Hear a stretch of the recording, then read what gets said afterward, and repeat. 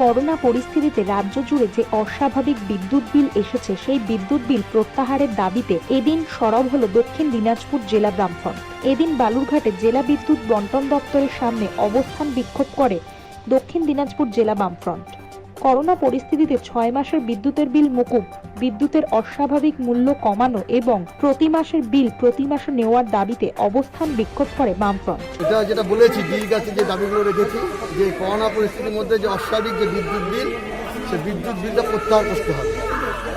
আর একটা যেটা বিষয় আছে সেটা হলো প্রতি মাসের বিল প্রতি মাসে নিতে হবে।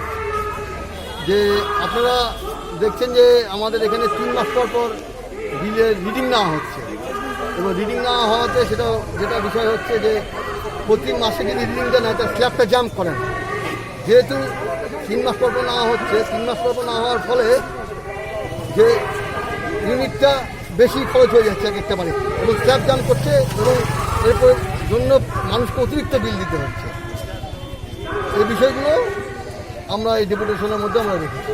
আমরা বামফ্রন্টগতভাবে আজকে ডেপুটেশন বিদ্যুতের যে বিল, সেই বিল কলকাতাতে প্রতি 1 মাস পর পর নেওয়া হচ্ছে, অথচ সারা রাজ্যে সেখানে দেখা যাচ্ছে 3 মাস পর পর বিল নেওয়া হচ্ছে। 3 মাস পর বিল নেবার ফলে এর স্ল্যাবটা বেড়ে যাচ্ছে, ফলে স্বাভাবিকভাবে এতে সাংঘাতিকভাবে কৃষকরা যেমন ক্ষতিগ্রস্ত হচ্ছে, সাধারণ মানুষের ক্ষতিগ্রস্ত হচ্ছে।